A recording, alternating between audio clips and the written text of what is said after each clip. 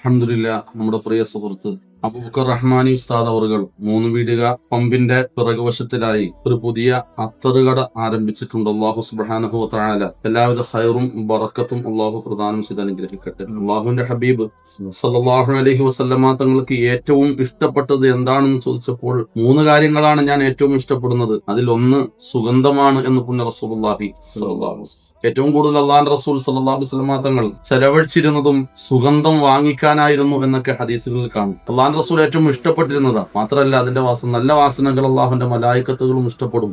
പ്രത്യേകിച്ച് ഖുർആനുമായി ബന്ധപ്പെടുന്നവർ, അതുപോലെ ദീനീയ ഉലൂമുകളുമായി ബന്ധപ്പെടുന്നവർ, പള്ളികളുമായി ബന്ധപ്പെടുന്നവർ, ഖൈറിന്റെ മജ്ലിസുകളുമായി ബന്ധപ്പെടുന്നവരെല്ലാം സുഗന്ധങ്ങൾ ഉപയോഗിക്കുക എന്നുള്ളതിന് വലിയ പ്രാധാന്യം അള്ളാഹുവിന്റെ ദീനിൽ ഉണ്ട്. അള്ളാഹു സുബ്ഹാനഹു വ തആല ഇദ്ദേഹം തുടങ്ങിയിട്ടുള്ളതായ ഈ ഒരു മഹത്തായ ഒരു കച്ചവടം അള്ളാഹു എല്ലാവിധ ഖൈറും ബറക്കത്തും അള്ളാഹു നൽകി അനുഗ്രഹിക്കട്ടെ.